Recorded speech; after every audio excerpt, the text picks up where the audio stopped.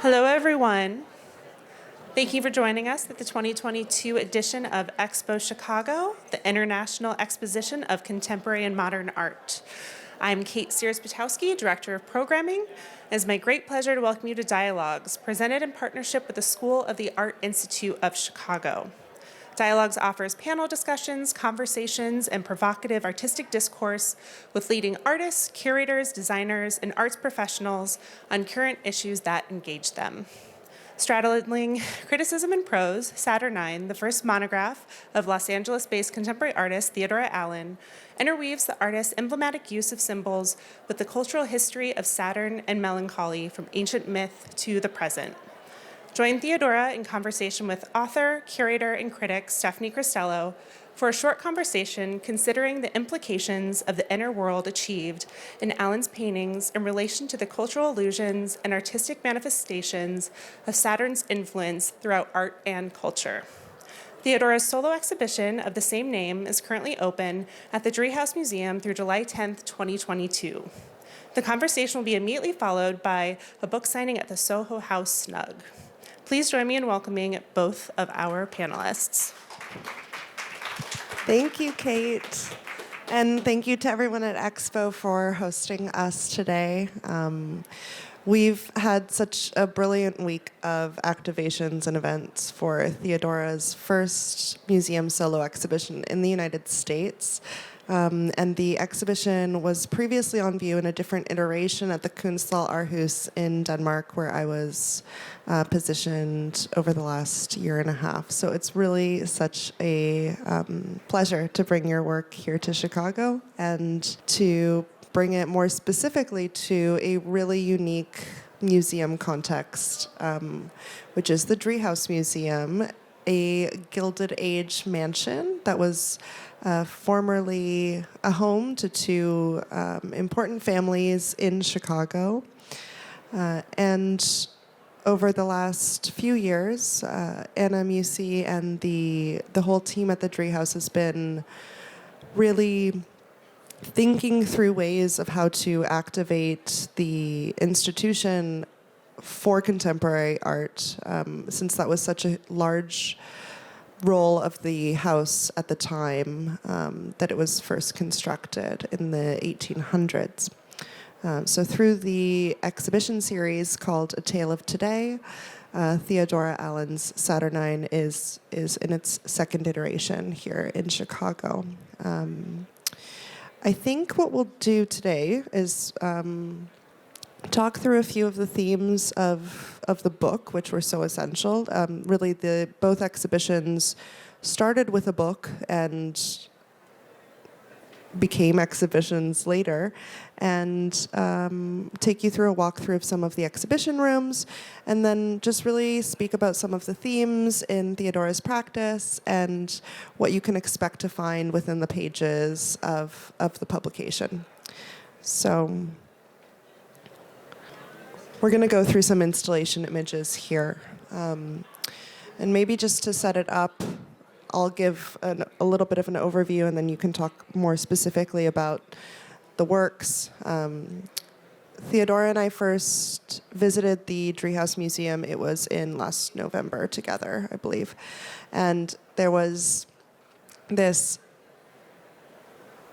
Italian Renaissance marble sculpture of two women that were sort of encircling one another or entwined, and it's called Shooting Stars. It's a Italian Renaissance marble piece by Vittorio Caradosi, and it's installed in the Mayer Gallery on the first floor of the museum underneath the beautiful stained glass dome. Anyone who's ever been to the museum will know that room, and it was the purpose-built art gallery of the Nickerson family when they first moved in.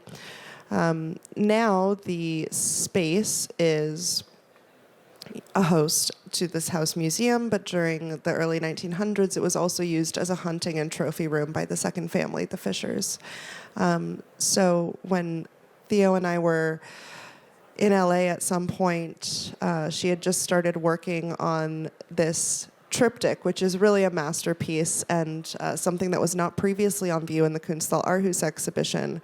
a triptych of these three large screen, almost door-like compositions in scale, and it features two shooting stars that encircle one another, but also a center star that could either be burning out or just having been born. And it really, this triptych not only spoke to the history and the collection of the Driehaus Museum, but really to your interest in symbols and emblems of growth, destruction, regeneration, sort of timeless symbols that point to eternity and also to the extremities of human experience and their coexistence. So I was wondering if you could tell us about the title of the work and the two key myths that are embedded in the triptych itself. The title is syzygy, which is a term that's shared across the fields of astronomy and psychology, and it means a pairing of opposites. And it's also an alignment. So when the Earth is in syzygy with the moon and the sun, it's an eclipse. So we installed it to mirror that idea, where it's placed directly above the hunting room. And the myth that it pulls from is the myth of Narcissus, which typically involves this idea of, a moral tale of vanity. But I'm coming at it from a slightly different angle, which is focusing more on the motifs of mirroring and hunting, because Narcissus was a mortal hunter. So the composition is mirrored, and the images within the portals are also mirrored in the distillation paintings, which is not in this work, but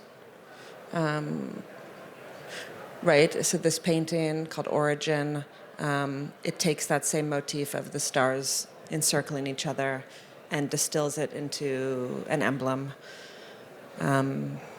Which is also one of the most interesting things, I think, for this exhibition is all of the resonances that your work compositionally, structurally has with the architecture of the space itself. So, this being not only an emblem of shooting stars, but also referencing a shield or an armor or a family crest. And the title of the work is Origin as well. So there are, sort of these moments that you start to see across the exhibition, and the third distillation painting is this work called Struck, and you see the two inverted hearts with a sort of bow and arrow in between. So, like you said, with syzygy being the space between this alignment, the museum itself was really an aim for us to place the architecture and the work in syzygy itself. And I don't know if we have to talk through every work in the exhibition, but I do want to give everybody here an opportunity to see those pieces. And maybe pause on certain moments that tie into the large themes of the book.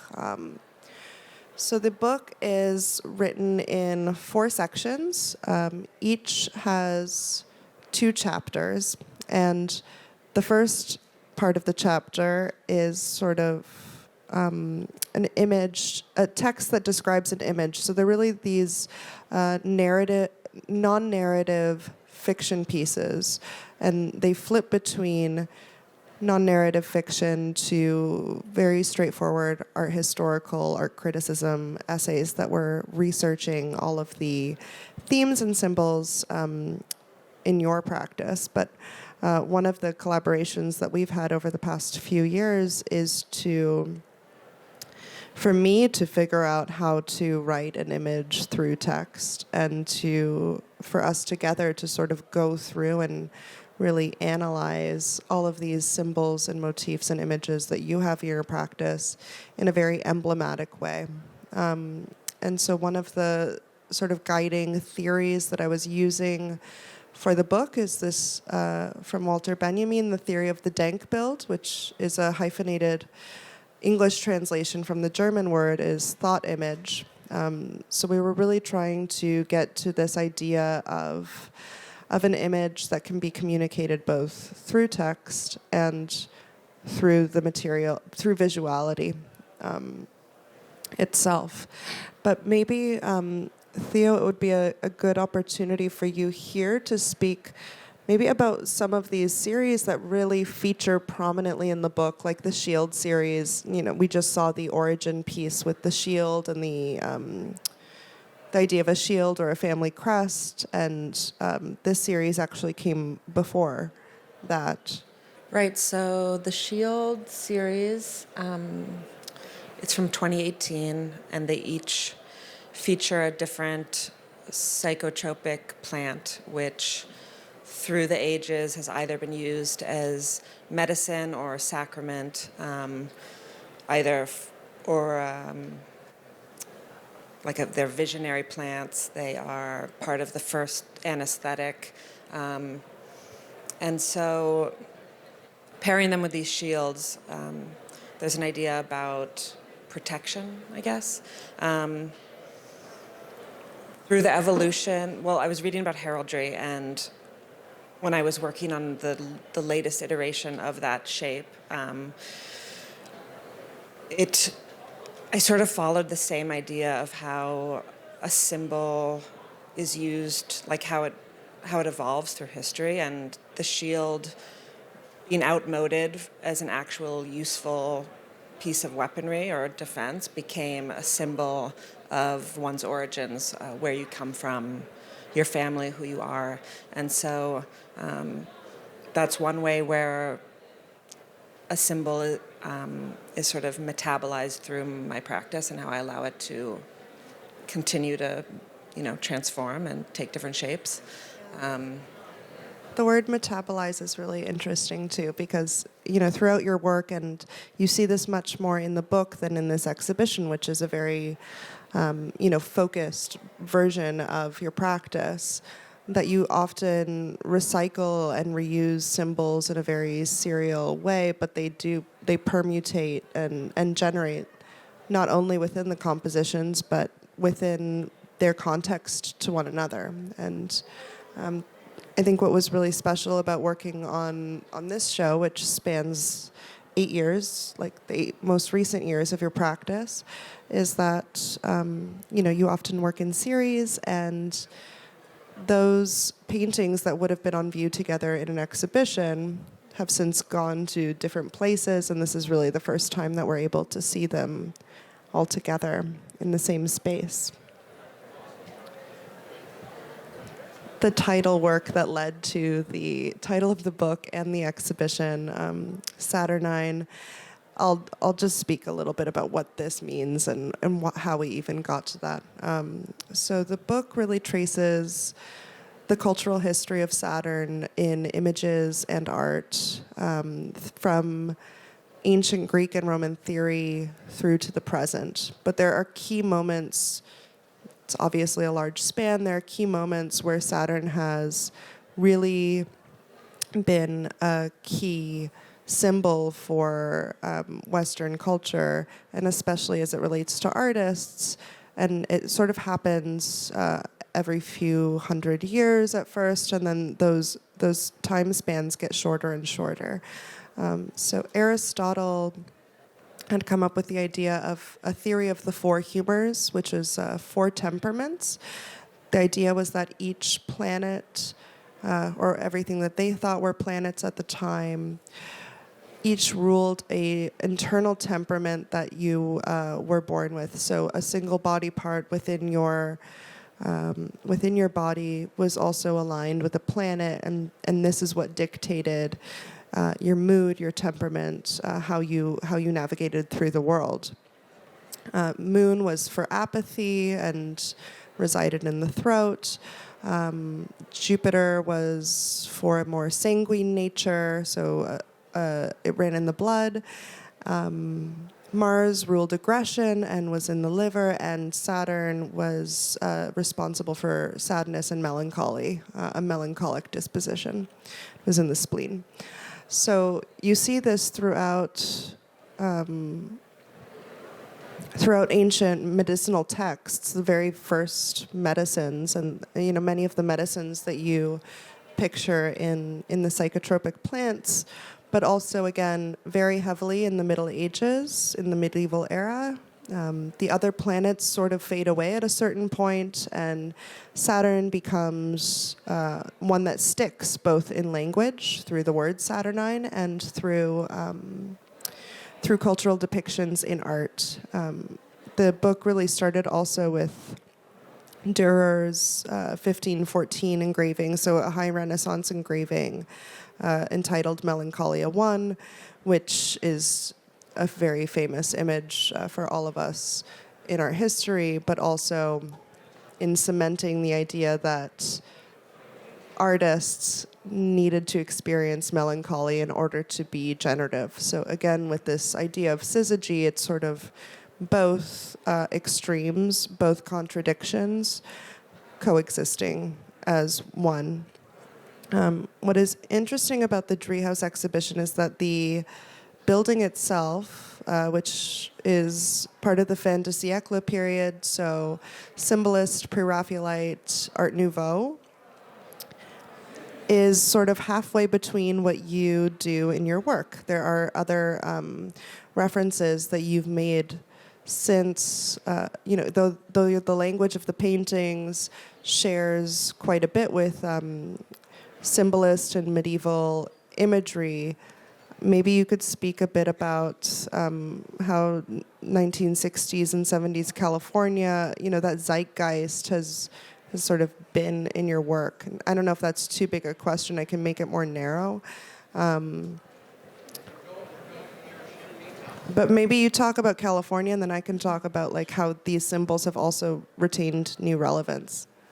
An example I often use with this question is the idea of the seed going into the ground, and especially with the Jimson weed, which was just in the shield painting. Yeah.